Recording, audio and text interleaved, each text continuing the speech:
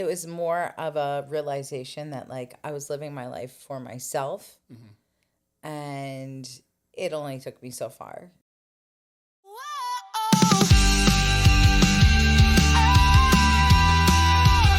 We honor you, your voice is strong. Your ups, your downs, you still belong. We celebrate, we laugh, we grow. Your faith can spark a brand new glow. A place for truth, a place for grace. To lift each other, find our faith. We get real, we lift you high. Have some fun, laugh till we cry. Life's too short to fake a thing, so come and share what God's been doing. Love out loud, live so free. Hear the stories, find your destiny. Testify, Long Island. Yeah. This is Testify, Long Island. Welcome to the Testify Long Island Podcast, the faith-based podcast designed to inspire, encourage, and strengthen you in your faith journey. Whether you're new to believing, walking through trials, or standing firm in God's promises, this is a place where testimonies come to life. Here we share real stories of transformation, hope, and unwavering faith, because your testimony has power. Hey there, welcome back to the podcast. My name's DJ, glad to have you with us today. Today's guest is someone whose life radiates purpose, passion, and powerful faith. A woman whose journey with God has been deeply marked by the power of music and the heart that beats for his people. She's not just a co-leader, she's a co-laborer in the kingdom with me. At local church, we serve together leading the M&P team, and I've heard and had the opportunity to watch her lead with humility, strength, and a deep-rooted love for others. But what truly sets her apart is the way music has been woven into her story. Music has been more than just a passion. It's been a refuge, a voice when words fell short, and a key part of her connection with God. Through every high and low, music has helped carry her faith, express her heart, and shape the woman she is today. Her faith has been unshakable. Her presence is intentional, and her story, it's one that needs to be heard here today. Today, we're diving into our powerful testimony, a journey of identity, resilience, faith, and a soundtrack that's carried her all through it all. So without further delay, please welcome my friend, Eve Troiano. How are you doing today, Eve? Thanks for having me, DJ. This is fun. Yeah. Thank you for coming out today. No problem. So tell me a little bit about your faith story. Like, how did you come to know Christ? What got you into church? What got you into all this? So music has always played a massive part of my life. And my faith journey started probably when I was born. My mother was born again Christian, so she was a follower of Jesus. We always had the Bible open on the kitchen table. She always had Christian music playing in the house. So it was always around me. And I did all the Christian things. We lived very conservatively with like my rules in the house. So I always knew I was a Christian, but it wasn't ever something I took as my own faith until I was 21. And actually, ironically, it was a friend of mine's parent who I had met in high school through participating in music that invited me to church at that time. I had an awkward 21st birthday and kind of left me hanging, made some dumb choices like you do at 21. And I spilled the beans to my friend's parents, and they were super kind. And they said, if you ever find yourself in a place of trouble, you can call us. And I liked that. I was grateful for that. But then they asked me the second question. They said, listen, if you ever find yourself in a bad place, call us, and why don't you come to church with us on Sunday? And I hadn't been going to church through my college career, through my adult life. Around 18, I was kind of like, all right, thanks for the upbringing, but I'm going to do my own thing. So I went to church. And because of that invite, the second week I went, I made the decision to make the Christian faith my own. And I started following Jesus at that point. And it was because of music friends that brought me to church. That was my best friend in high school. He was a musician, and so brought me in. And I haven't looked back. 21 years old. Wow. Been a few years now. Wow. God bless. Was there like a turning point that like you really saw, like whether it was music driven or was it just like, wow, God's real? Like, did you have any encounter like that?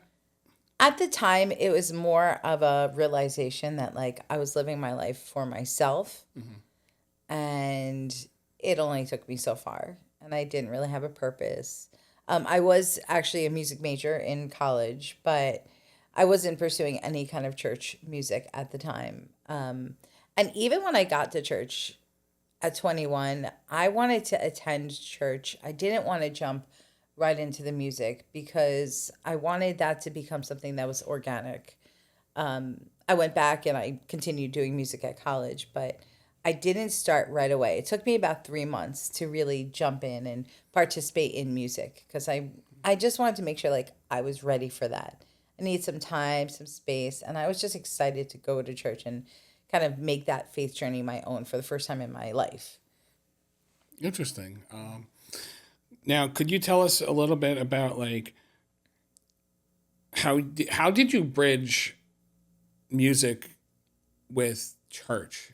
Did you like feel like did you hear worship music or Christian music, or was it like some like this could be a thing? Like, where do you feel like with that? Yeah, so as a music major in college, I was focusing on vocal performance. So just means I sung a lot. And I sang all kinds of genres of music. And I kind of fell into my niche, and I would sing a lot of jazz music. I love jazz. I love Ella Fitzgerald, just all the classics. And I was doing that more so towards the end of my college career, around age 21, in my senior year. And after I started going to church, I was listening to church music, but I didn't really find a place for that at college. And I shared actually recently at local church here about my story of my senior year having 2 back-to-back concerts. And this was really pivotal for me, what happened, the details around this. So you're senior in college or senior in high school? College. Okay, Yes, college, okay. yeah. I had a jazz performance and a performance of classical music. I was singing the solo in Handel's Messiah, you know, that big work like that has like the Hallelujah chorus at the end of it. Yeah. And they have like a bunch of soloists. And so Stony Brook puts on this community concert where their vocal majors, the singers in the college, sing the solos, and then everybody else in the audience will sing along the big works.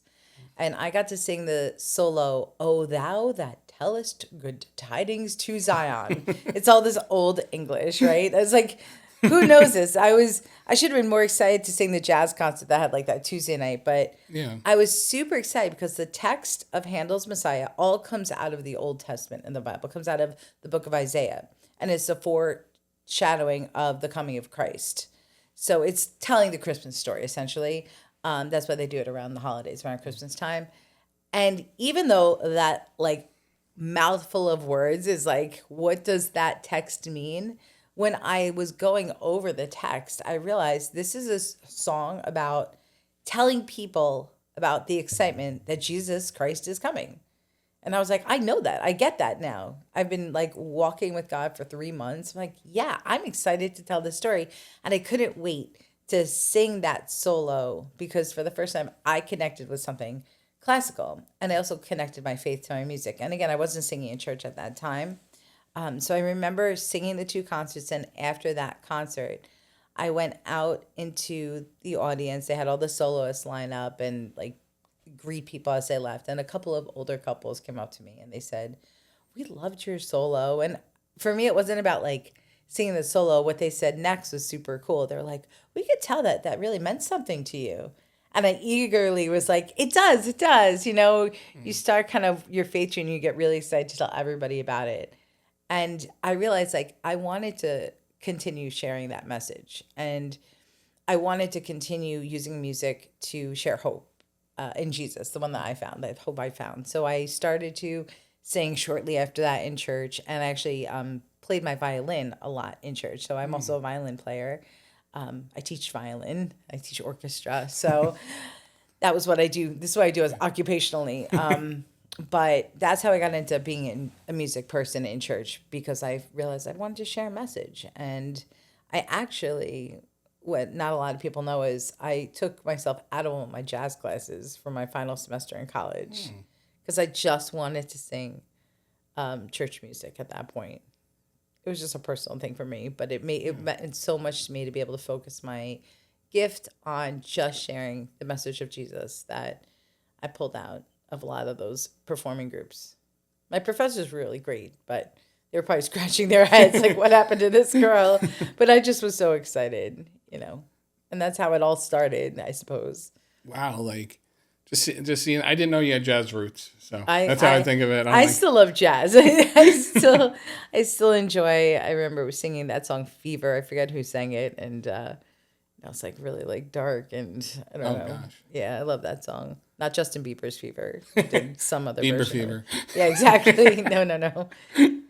So, how has God used music to speak to you personally now through some tough times you may have gone through, or like maybe some transitional seasons? Yeah. So the church I was attending when I started my faith journey, I was there for about 3.5 years, and I kind of felt like it was time for me to move on. I loved my church community there, but it was strange. I kind of felt like I was ready to explore something new, another church, and so I had left there right before Christmas that year. And interestingly enough, at the same time I started to step down from some of the areas. I was leading music on Sunday morning. I was leading music with their youth group, all the areas to do music I was doing. And I withdrew from all of that, which left me with a lot of spare time. And I remember coming home one day from church, and my mom wasn't feeling too well. I didn't know what was going on. But it turned out she was battling with cancer. And withdrawing from the music actually gave me a lot more time with her. And through that time, though, I kind of felt a little lost because I disconnected from the music a little bit. Because I was disconnected from my, in a church, there's like a big, your big church, but then like you have your smaller groups, and the music people was my smaller group. So I was looking for like a way to still connect.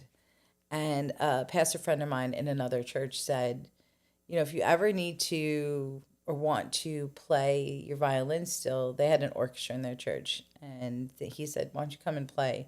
So I played for their Christmas cantata, which kind of bridged a gap where I was still looking for a church and kind of dealing with my mom's illness. And then I landed in a new church right before she passed away at that Christmas, around that Christmas time. And because I had music, it always kept me like connected to community. I'm not sure if I'm answering your question, but this is like a 3-month window. I wasn't really attending a church regularly. I didn't know where to go. But I was still connected by playing music in one church. And then this other church that I landed in that I love so much, I was playing the piano for them, and had a pretty pivotal moment that kind of catapulted me into like the next 10 years of my life, because playing music in that church helped me to kind of remember about God's love through it all. When I probably could have just ran and left church, going to church, being a part of a group like the music team, gave me a reason to go. And I started to explore more about what God meant for me, but through song and through playing and through staying faithful, even in a hard time. Kind of doesn't answer the question. But Kind of, sort of. yeah. I like you going down that. And I'm so sorry about your mom, too. I'm sure that was a tough season. I can only imagine how that can feel. Now, did you have like maybe a specific song that could have like helped you throughout like maybe it was throughout like some that did you like when you said you disconnected from music, did you like entirely like I'm never playing music again, like or did you just like have it in the background, car radio, and it, was there a song that stood out to you? Was, anything there, or? So it wasn't a song, so much as it is like the themes of songs, right? So, because time changes, and this is like, almost 20 years ago we're talking about, so I don't remember the songs back then. What I remember specifically was, I'll share with you this story. We probably have talked about it before, but the evening that my mom, that we buried my mom, I went to this new church, and again I was playing the piano, but didn't really. It was still a new group of people there for me, but I was good close with the pastor, and so when I got there, he said, "Hey." I went there the night that we buried her, and he said, "Why don't you come up and play the piano for a little bit?" And I was like, "There's no way I could play the piano right now." I didn't want to, but fun fact is, at the church that we both attend, local church, we're very casual in our attire, right? We dress like very like down, comfortable, but at that point in my life, I wouldn't be caught dead wearing sneakers to church. I was always dressed up. I dressed to the nines, in my thing. I had my hair done, my shoes were pointy and shiny or whatever. I mean, like whatever it was. But I specifically wore sneakers to church that night because I did not want to serve anywhere in that church. I wanted to go in and lay low. So I wore my just comfiest of clothes. And when he said, "Go play the piano," I'm like, "There's no way I'm going to play." I'm like, "I'm wearing sneakers." It's like, "Just go play the piano." And what he was telling me was, go and focus on God. Go and find your peace. Go and do what you're called to do. And so I sat on the platform and I played along with the music, and I actually played, our pastor liked to have like an girding of music, like some like underflow of like background music that the piano player would play as he was speaking. So I did that, and that was like 90 minutes of music. And it was just me. And even though everyone was watching me and you're up there playing the piano, you're all eyes can see when you're on stage. But I was just in my own space. And as I played, I don't remember the lyrics. I don't remember the melodies I was playing, but I just remember having space to kind of reflect on what I had just gone through, realizing like God was always there for me through it all. Something that I remember repetitively as a thought that was in my head was that hard times come, but hard times go. Like seasons come and seasons go.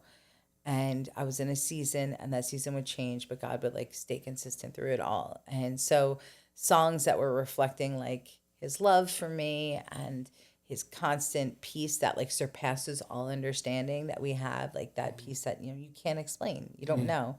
You don't understand, like, why do I have peace in like the midst of like chaos and like a storm of life? And so those were the things I was reflecting on as I was playing the piano. And I remember leaving that night thinking, oh, I feel better. I feel peace. I feel a lot more peace than I should have tonight. Like it was a very pivotal night. And I held on to that. And that was kind of what like catapulted me into like continuing to do music. Because I had only been walking with God, I think, for about 3 years at that point. So like things are still kind of fresh and new. Anything in 3 years is kind of new.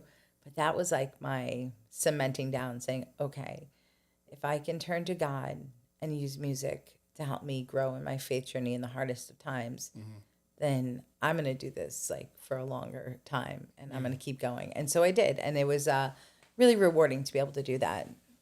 And so I held on to that. Wow. And I kept doing it.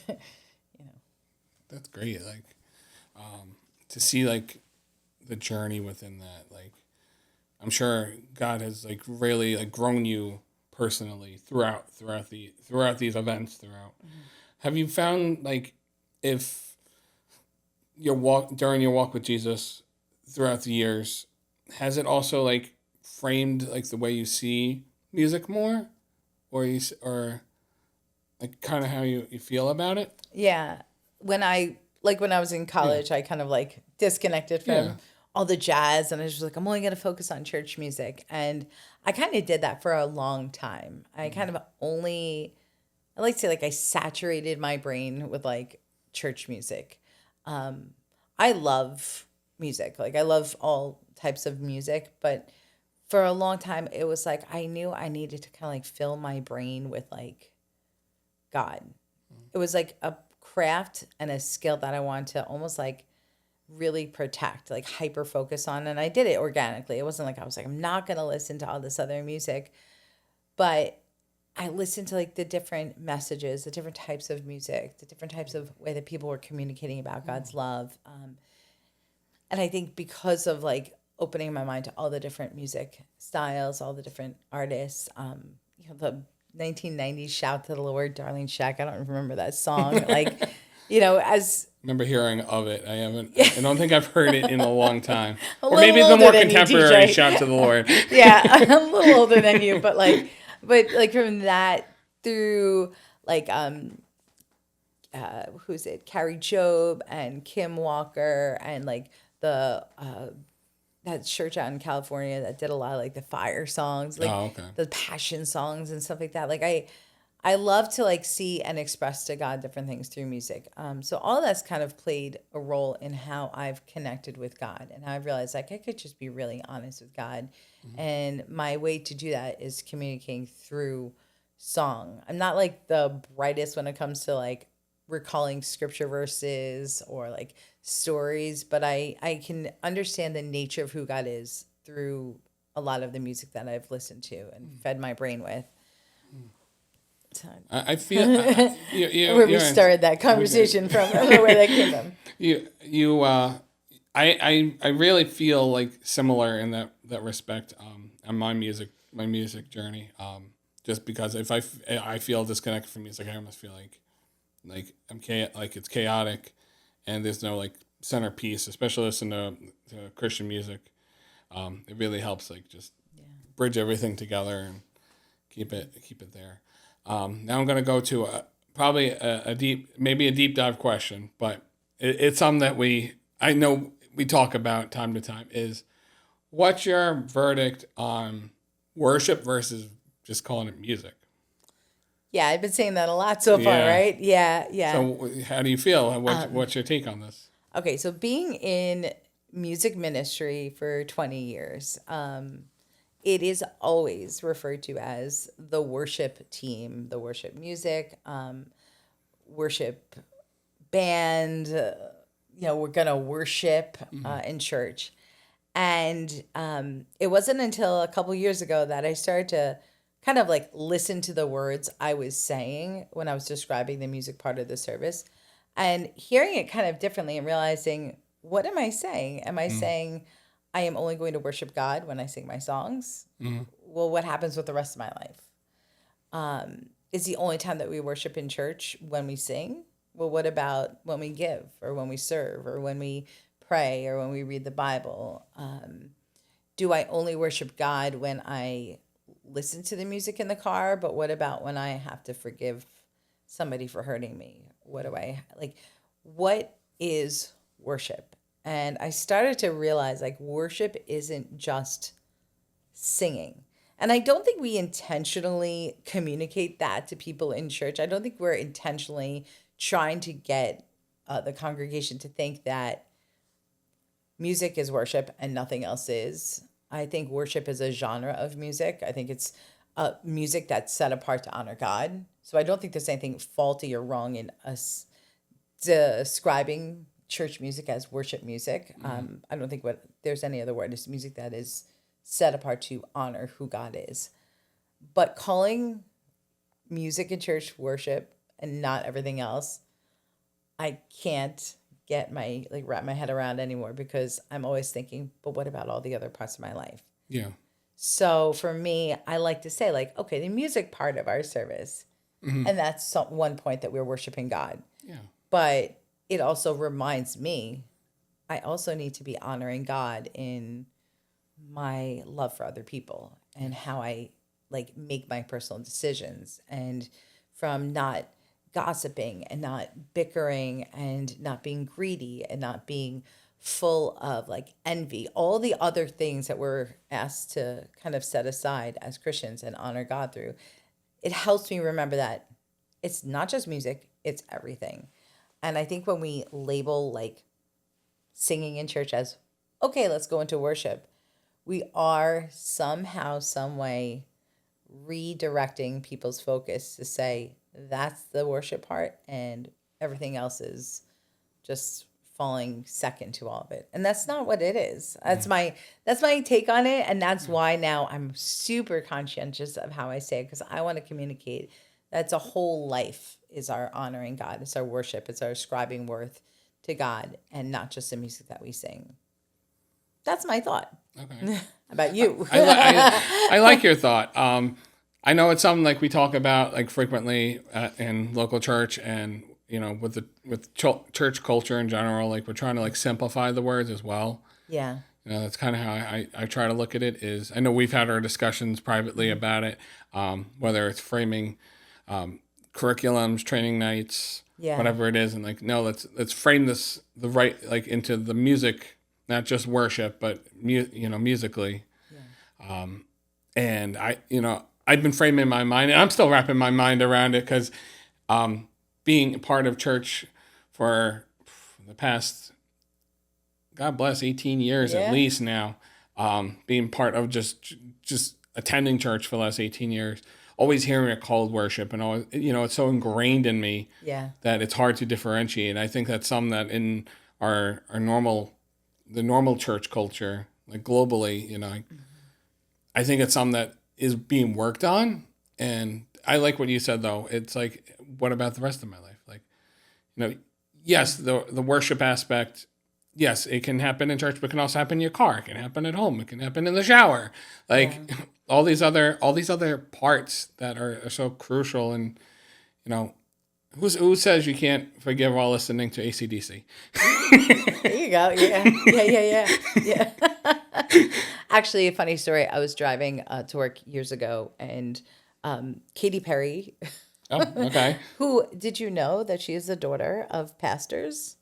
I remember hearing that a while ago, but it slipped my mind. That's interesting, yeah. So this is like before she was like, I don't know. I didn't listen. Like I said, I kind of stopped listening to a lot of like non-church music for a long period of time. But I was listening to the radio on my way to work, maybe like 10 years ago or something. And I heard the song Unconditionally, where she's like talking about like the whole course, like unconditionally, I will love you unconditionally. And I kid you not, I pulled over on the Long Island Expressway and I started to sob. I mean, hysterically cry because the Katy Perry song. I was like, wow, I didn't know that they were putting the Christian music on Z100. I thought this was like Kim Walker singing this like prophetic song about God's love for us, because every part of that song was talking about how much that like somebody would like love you through it all, that your worth and your value. And I'm like, wow, God, I can't believe how much you love me so much. And this song is on like mainstream radio. And then like I had to Google it. We didn't have Shazam like at that point. And I Google it. I'm like, who's Katy Perry? I'm like, she's not a church singer? I'm like, what is going on? And I'm like, holy cow. I had like this complete experience with God over a very secular, non-church song. I was like, wow, well, thanks, God. I actually told my pastor about it at the time. I'm like, do you think we could do this on a Sunday? He's like, you could pull it off. I'm like, and then I tried on my like piano, like sing like Katy Perry. It didn't go down, but I was trying to like bring a message that like it actually didn't matter to me, like the genre or the style, like there was a message there of hope. But I mean, like we can honor God through all ways. We could sing a Katy Perry song and tell people like this is like the love for God, like the love God has for us. It's out there. It's out there, yeah. So to hyper focus and to categorize just one aspect of like a church service or a church style being worship, we've now negated so many other things. And I do think like we're saying, like we want to like make the language easier, but it's not just to simplify a language, it's to properly like label what we're doing. And I think, we can teach people that worship is only singing by what we don't say. And you don't want to do that. You don't want to misguide people, because then what you do is you have to teach people that worship is also your whole life. I've heard a lot of sermons that say like worship is not just music. but we wouldn't have to do that if we didn't categorize it to begin with. This song in like, I guess it was the late 90s, maybe early 2000s, Heart of Worship. I think Redman sang it. Remember that? And the chorus like, I'll bring you more than a song, for a song in itself is not what you have required. I would sing that song a lot and lead, in music and lead in worship and sing that song and be like, yeah, God, like, I'll bring you more than a song. And it was like this like mind like explosion, like, yeah, like he doesn't require just a song. Well, who taught me that? Yeah. Church taught me that. Church taught me that I needed to not categorize music as the only purpose of worship. But if we just didn't say it to begin with and didn't categorize it as just worship, then we wouldn't have to like undo it. Yeah. Does that make sense? That. Like, I get that. Yeah. So it is a way we worship God. We honor God with our singing. That is, I mean, he tells us to, like, that is part of like a huge part of like the scriptures is music being used to celebrate who God is. It's not just like David, but it goes way back before David that music was used as ceremonies to celebrate God. Music is used it says in the Bible even that God sings over us. So like there's so many parts in the Bible that encourage music as part of celebrating who God is. It's just not the only way. Yeah, I was gonna say you just talked about Psalms the other day. Yeah. I love David. David's the OG musician. He is the one who really knew how to like express himself in song. The whole book of Psalms is a book of songs, lyrics. He has a throughout the Bible. He has a long stretch of history. It feels like absolutely, yeah. He experienced everything. Yeah. So just to take a step back. So did you know it keeps popping up on my feed? Do you know the song "Bring Me to Life" by Evanescence? It starts with like a little piano. Sing it, DJ. How can you see into my eyes like open doors? I can play it for you later. Okay. If you listen to it, it's like an alternative, punky. I remember kind of Evanescence. Yeah, but it keeps popping up on my feed that the lyrics are actually Christian based, and I'm like, what do you mean? People were actually finding that they were actually quoted from like Isaiah and Psalms and John and like all like some like older scripture in there, like. Bring me to life. Wake me up inside. Oh yeah. Things like that. I remember that song. Wake me there you inside. Go. You used to do that actually in youth group all the time. It was like remember Human Videos? They used to. Maybe. Okay, this is like mid 2000s where like a youth group would like listen to like some powerful song and they would basically like pantomime the whole song, like like all these like. Hand signs like they do hands in the wind and like there'd always be like this big moment where like Jesus would be on the cross but it would just be a couple kids like standing there and like hands would be up and that was one of like the pivotal songs that they would do and always do this Human Videos. I'm sure there's like 2005 kids in their youth group on YouTube somewhere with some like grainy video but that was one of the songs. I thought Evanescence was a Christian band. They weren't. So, they weren't. They're not. I had to do some research on it. So, apparently the girl singer in the band has Christian roots. So the guy singer I believe was Jewish from what I remember. Oh, interesting. So it was an interesting, but they were never categorized as like a Christian rock band or any of that. They were just a band with like faith-based lyrics. Not even completely like they never like broadcasted it like that. But if you like really read it, I'm interested to like now dissect a little of the other songs and see like how much more is there to it. Yeah. And be like, now, if you can really like relate and feel like a lot of people feel. Heck, I was at a wedding a few months ago, and people requested that song at a wedding, and I'm like. And people were like karaokeing to it, and I'm like, and everybody was like, I haven't heard this song in years. Why at a wedding, nonetheless, would you want this? So, at the same time, like, how blended, like, God's bringing some of the older songs back. Also, I mean, we keep seeing like a lot of remixes and reversions of older songs nowadays compared to the other stuff that's out there. But it like I feel like God is just like fully like. listen to what I've been saying. I'm bringing it back. I want people to feel alive again and hear the words differently, especially we're in such I feel like the generations are in such a shift right now of like longing for God, especially we're coming out of the pandemic still. Yeah. Loneliness and all that, like everything, like everybody's looking for something, and I feel like music is that connection, like that everybody's really looking for. Yeah, I think that's an awesome point.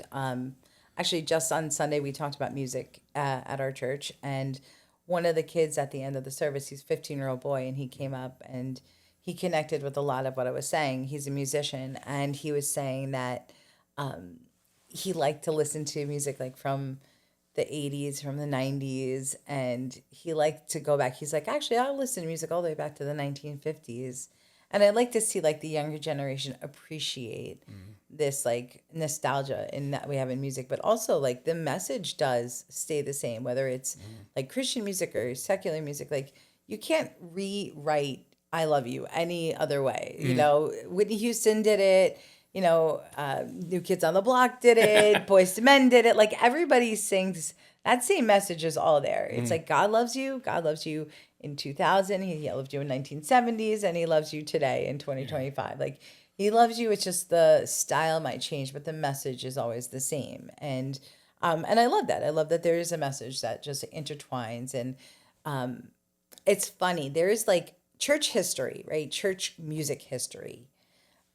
Started with like just singing, and then just singing with like a single instrument. And then like at some point, I forget if it was like the 70s or 60s or before that or after that, around there, like drums were bad because drums sounded like rock and roll music. So like people didn't have drums. It was just organs.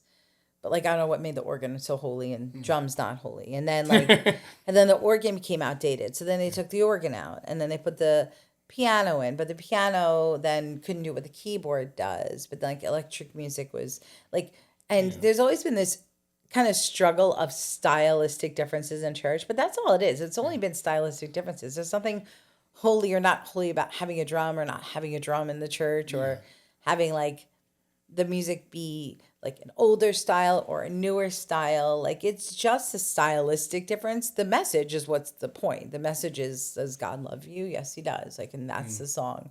But there's always this shift, and people want to maybe categorize it as like a I don't know, like a time that was like really reverent towards God because of that music like had an organ sound or had like a different style of chords. And then now we use music that has like synth pads in it and has like background tracks and like rhythmic tracks that are like pushing out and making it really like exciting. And then there's always going to be a critique in music. Like no matter where, music is like meant to be critiqued. Yeah.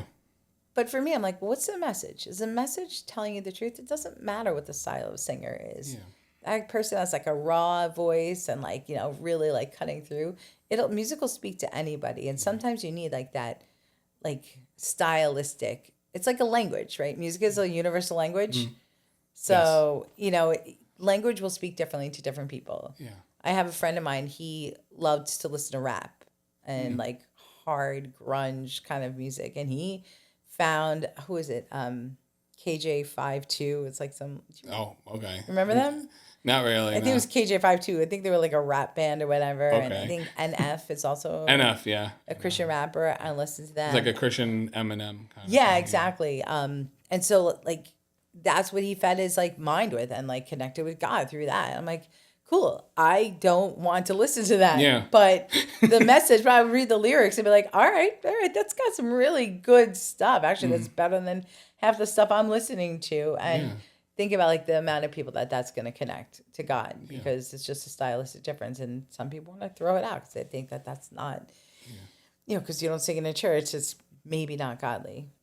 You know who's been catching my eye a lot lately? Forrest Frank. I don't know if you've heard of him. He's like a Christian hip hop. He's been like on the upcoming. Cool. You've probably heard it. What is it? I need you now more than ever. Oh, that's the song and like the dance. I can't do it. So funny enough, a few weeks ago, he broke his back.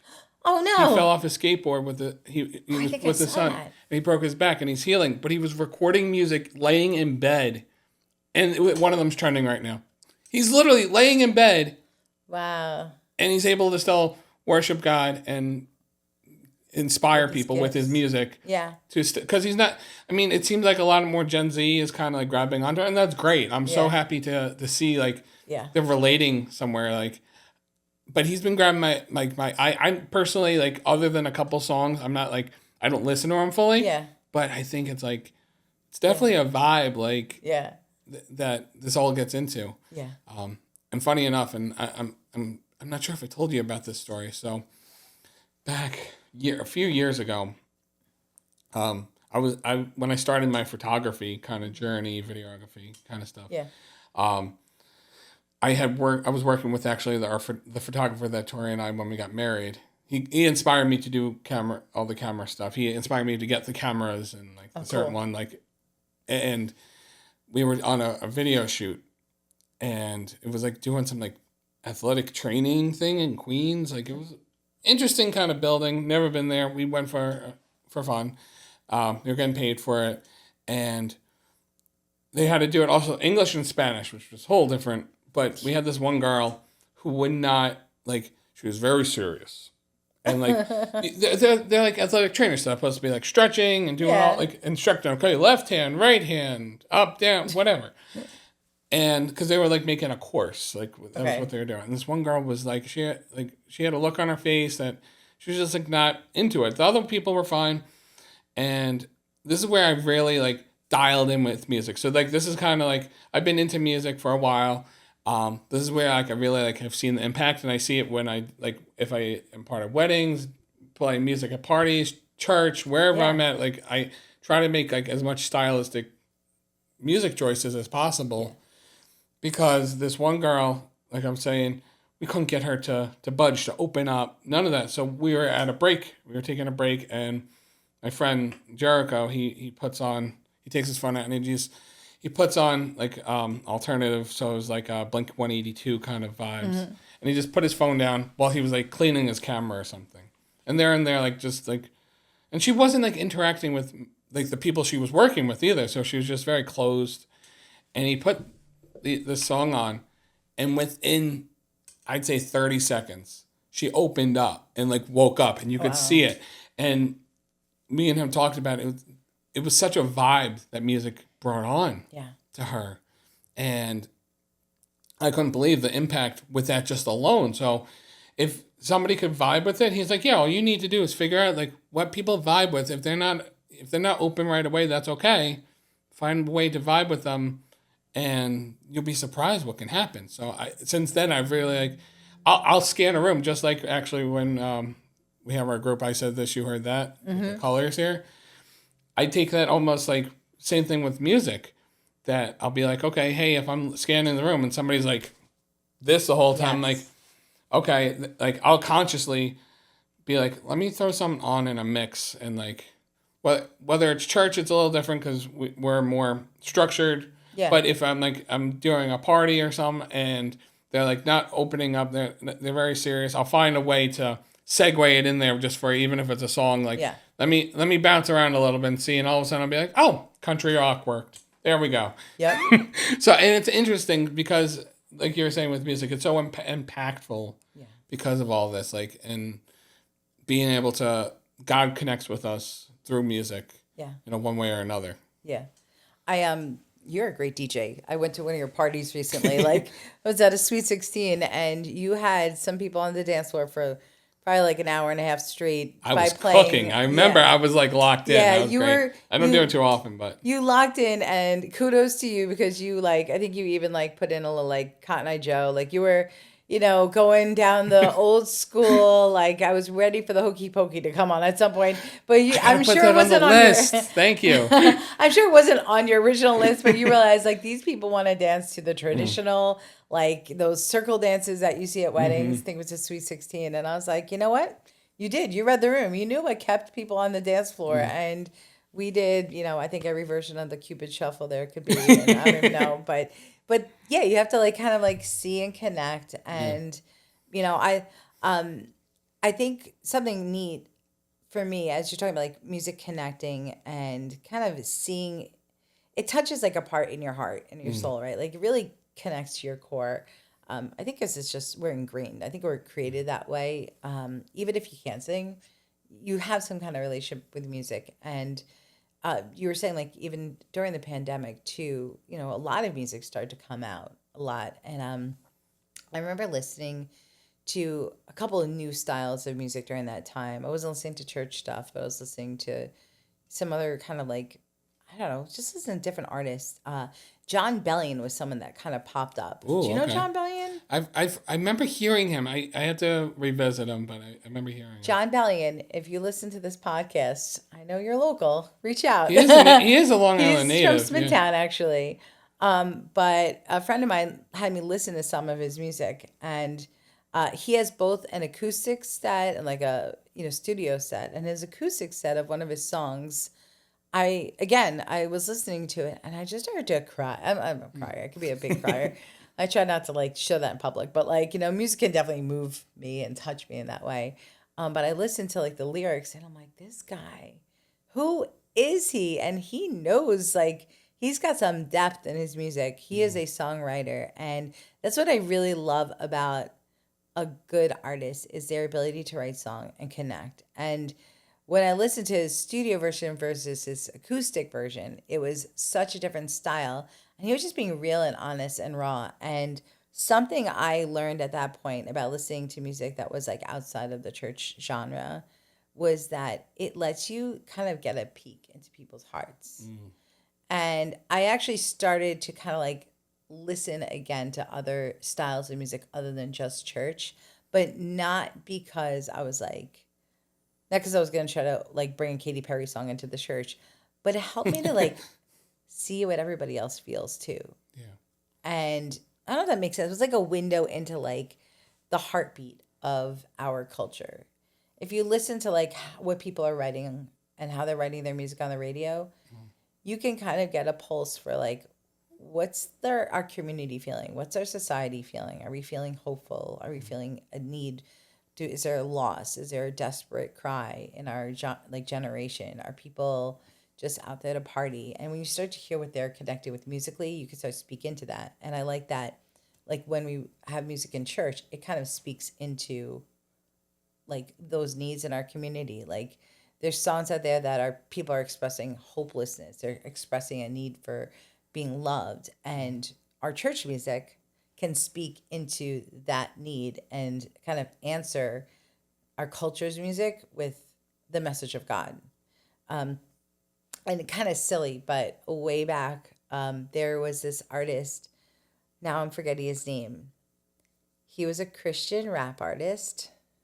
Okay. I think it was KJ52. I could be wrong. I hope I'm right.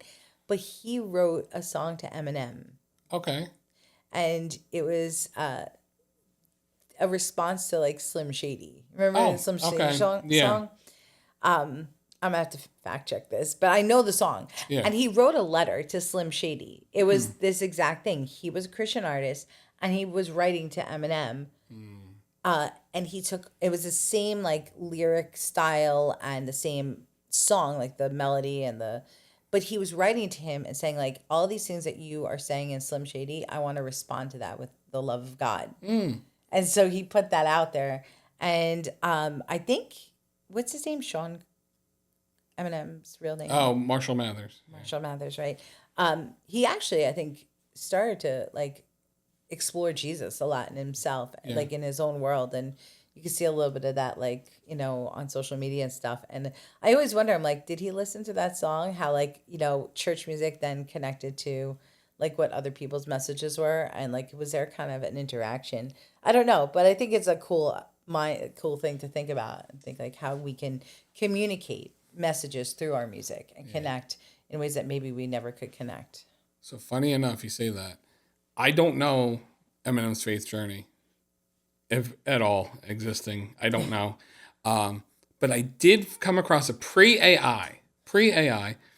There was a mashup of Eminem. I think it might have been Kanye, somebody else. That it was a Christian song. And I'm like, if this is real, I listened to it. I forgot the name of the song. I'll have to look for it. If this is real, then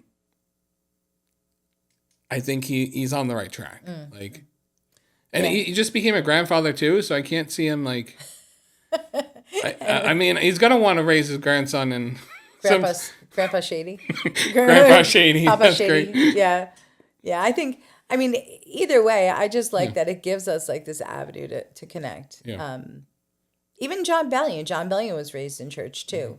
And I always wonder if like these deep lyrics are coming from like a deep place of like questioning of your faith, because, you know, you can say so much. I have a quote in my classroom. It says like, where words fail, music speaks. And it's by, I think, Hans Christian Andersen. And it's a simple saying, but it does say so much. Like you can express so much more in music. It kind of breaks down that barrier. Like with that girl, you know, music can kind of connect you where somebody may not want to listen to what you say, but then they hear it in song or they hear some kind of presentation in a musical way. And you can kind of break down a little bit of a barrier wall and reconnect. It also is, I think I said the universal language. Like people can sing all together in one language, but not be able to speak to one another. Yeah. And that powerful tool is not just something that like we can bridge gaps in our culture and our society, but it also is what bridges us between us and God. So, I mean, there's so much power in music. It's amazing. So I love it. So, next question for you. What is next for Eve? Big question. What is next for Eve? Where do you see yourself, like, with local church, with music, with where, like, the impact you're feeling, you know, taking this, you know, seeing how you're growing it, you're harnessing it, you're raising up other leaders with it. You know, where, you know, do you have a vision for this right now? Is this something still in development? You know, maybe not. I didn't know this was one of your questions, DJ. I didn't know. I've been thinking about this actually recently. So I spent the last 20 years teaching orchestra. I worked at a private Christian school. I loved my job there. And a few years back, I decided that I was going to kind of jump over to the public schools. So I started teaching in public school. I teach now middle school orchestra at the private school I was teaching. Middle schoolers are crazy. That's what I hear. Pause for a moment. Yes. Yes. I did teach 3rd grade through 12th grade for the most of my career. So I landed in this middle school position 5, 6, and 7th grade. And it's really fun. Okay. It's just orchestra though, but I feel really fulfilled there. I love what I do there. I love what I do Monday through Friday. I love serving in church on Sundays, and I love that, you know, Monday through Friday I'm an orchestra teacher. I don't sing, and then on the weekends I sing. So like I keep those two apart because I like singing and I like teaching orchestra, but I don't want to. Yeah. Anyway, so I did that. I got my master's. I got a second master's in administration. And I think for myself, I have done a lot of, like, I'm finishing up my, like, 5-year plan. I think I'm at the end of one because my goal was to get these, like, teaching certifications and licensures. And I also, like many people, when everything shut down during COVID, I lost my church community. So part of my goal back then was to find a new community, which I did. So I'm kind of like living in my 5-year goal right now. And I've been thinking a lot about what's next. Yeah. And I don't know. Yeah. I think I'm on the cusp of, I am currently in a season where I'm not sure. I like what I'm doing here. I like that I get to help encourage and raise up another generation of people who will use their gifts for God in music. I like that I can see a lot now. Something happens when you cross over the 40-year-old mark in life. Not like I know anything about it. I just am 39 plus a few years there. So you start to see, though, the generational difference. And I like that I'm seeing people who are my age now getting it, like who were my age getting into it for the first time. I like seeing the early 20s and early 20-year-olds who are now starting their own journey in using their gifts for God. And I like to encourage them.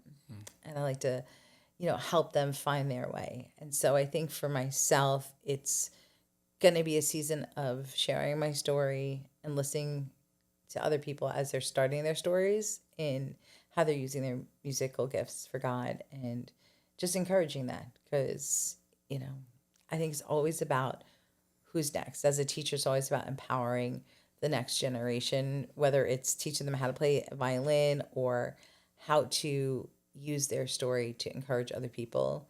It's always about encouraging people and giving them the permission to say, yeah, you have a unique gift, whatever it is, just who you are in existence is unique to you. So just focusing on how that's going to look for me and being open to whoever God brings in front of me to help them connect to him and also connect to other people. And I guess that's kind of where I'm at. And maybe ask me in 5 years. So I'll tell you a little bit better about what We'll come back in 5 years and see where she's at. Not like that's going to be 2030. Oh my gosh. Yeah, right? 2030. Oh my gosh. That'll be insane. Yeah. Never thought we'd get there. No. Side note, I will probably be sending Isabel your way. She's doing viola come this year, 4th grade. Awesome. So awesome. We'll see how she does. Lots of scholarships for viola players. Lots of them. There you go. So she'll have a good time. Yeah. All right. As we wrap up, I got one last question for you. In the Eve soundtrack of your life, what is like the song that would like really describe maybe your faith journey, or like something you really like hold on to? Wow. Do you have one that pops to mind?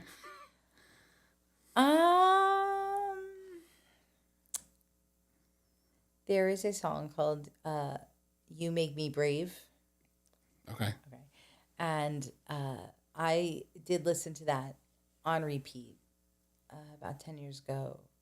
I listened to the choruses that you make me brave, you call me out beyond the shore into the waves, you make me brave. And it's kind of referencing a bunch of different things in the Bible about how God speaks through the storms of life, and how, like, when Jesus was like asleep in the boat, and then his disciples are on the boat with him, and they're like, Jesus, how can you be sleeping during the storm? He wakes up and he calms the storm.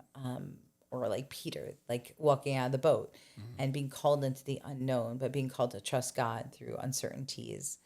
And I've always loved the beach. I was raised on the South Shore beaches of Long Island, out in Sayville.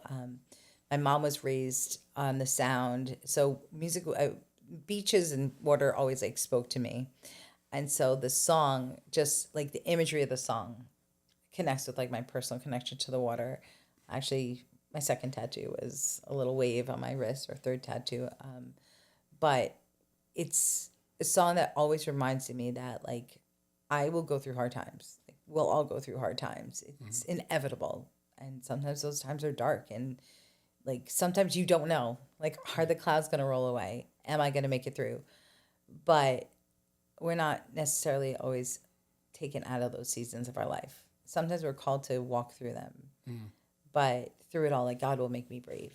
I will get strength from, like, following Jesus. And if it means I have to go through that season of life, I have to walk through the storm, I have to go deeper into that water, then so be it, because I know he'll be there with me. And so that is one of the songs that has been a huge connector for me and God. And yeah, You Make Me Brave. Worth it. I think we're going to sing it soon, too. Yeah? Yep. I'm looking forward to it. Really soon. I did get a preview of it. Yeah. That's awesome. Thank you so much, Eve. Do you have anything you want to leave to, you want to inspire anybody with something? Anything you want to say to who might be watching, listening right now? Anything? Yeah, I think it's, if you don't listen to music, and if you don't listen to Christian music, find your style, find your artist, find your genre within the world of Christian music. It's a Google search, a Spotify search away. But find the music that speaks to your heart, because what you fill your brain with will will change the way that you think. It'll change the way that you think about God. It'll bring you peace. It'll bring comfort. I've heard time and time again people who shift what they listen to from being like just the radio music to listening to God, like godly music. And it does powerful things. It brings them peace when, like, they have anxiety attacks at night, serious things. And the power of music, especially the message that the music is producing, can alter the way that you're thinking. And give it a shot. Don't run away from it. Don't say it's not my style, because what it can do for you and your overall thinking, your overall perspective of life, everything can change when you start to feed your mind with positive messages. And no better way to do that is through music. So use this resource, use the gift of music to help encourage you through whatever you're going through, because the message of God is powerful. It's a message of love and hope, and it doesn't bring discouragement. It's only going to uplift you. Yeah. And it's not a false message that a lot of other artists might be presenting to us today. Yeah. So give it a shot. Give church music a shot. That's my wrap up. Awesome. Try it out.